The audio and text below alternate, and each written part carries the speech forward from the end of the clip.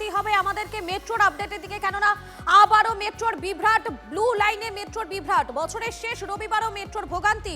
নেতাজি টালিগঞ্জ স্টেশনের মাঝে দাঁড়িয়ে মেট্রো। আমরা সরাসরি চলে যাবো টালিগঞ্জ মেট্রো স্টেশনের বাইরে থেকে। রয়েছেন আমাদের প্রতিনিধি সুমন মহাপাত্র, রয়েছেন আমাদের সঙ্গে। সুমন, এই মুহূর্তে লেটেস্ট কি আপডেট রয়েছে? মেট্রো পরিষেবা কি স্বাভাবিক হওয়া সম্ভব হয়েছে?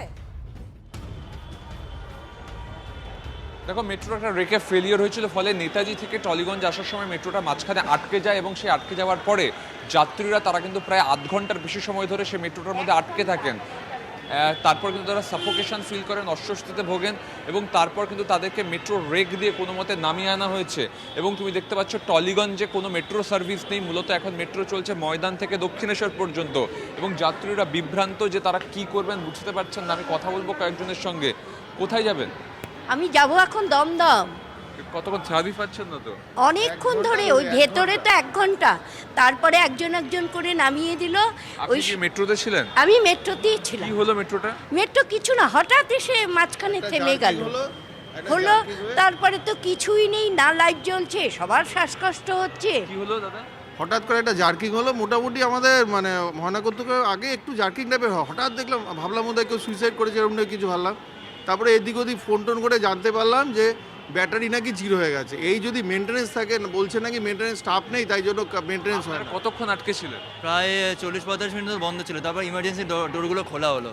তারপরে রেল লাইন দিয়ে হেঁটে হেঁটে এলেন? আমরা রেল লাইন দিয়ে হেঁটে হেঁটে এলাম। জীবনে ঝুঁকি নিয়ে?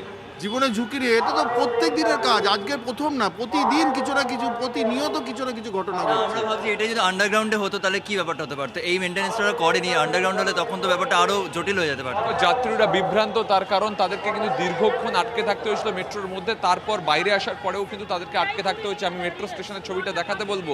যে যেখানে পারেছেন বসে পড়েছেন এবং মেট্রো কর্তৃপক্ষের তরফ থেকে ইমিডিয়েটলি অ্যাম্বুলেন্স আনা হয়েছে এখানে, যাতে কেউ অসুস্থ হলে তাদেরকে যাতে দ্রুত নিয়ে যাওয়া যায়। অর্থাৎ বোঝাই যাচ্ছে যে খুবই সংকটজনক পরিস্থিতি তৈরি হয়েছিল, তার কারণ টলিগঞ্জে ঢোকার ঠিক আগে মেট্রো আটকে যায় এবং তারপর সেখানে কিন্তু অনেক যাত্রী অস্বস্তি ভোগ করেন এবং তারপরেও কিন্তু সার্ভিস বন্ধ রয়েছে। ফলে গোটা মেট্রো চত্বর একদম বিভ্রান্ত হয়ে রয়েছেন। যাত্রীরা কোথায় যাবেন বুঝতে পারছেন না এবং অনেকেই ভাবছেন যে ট্রমাটা কাটিয়ে তারা বেরিয়ে এসছেন, তারপরে কি মেট্রো সার্ভিস আদৌ পাওয়া যাবে। এখনও পর্যন্ত যেটা মেট্রোর তরফ থেকে জানানো হয়েছে, রেকে ফেলিয়ার হয়েছিল, ফলস্বরূপ এই মেট্রোটাকে সরাতে হয়, সেই ক্ষেত্রে সময় লেগে যায়। এখন কিন্তু টলিগঞ্জে কোনো মেট্রো সার্ভিস নেই, মূলত ময়দান থেকে দক্ষিণেশ্বর পর্যন্ত মেট্রো চলছে। ধন্যবাদ সুমন। আবারও ব্লু লাইনে মেট্রোর বিভ্রাট। বছরের শেষ রবিবারও মেট্রোতে ভোগান্তি। নেতাজি টালিগঞ্জ স্টেশনের মাঝে দাঁড়িয়ে মেট্রো। যান্ত্রিক ত্রুটির কারণে মেট্রোয় বিভ্রাট।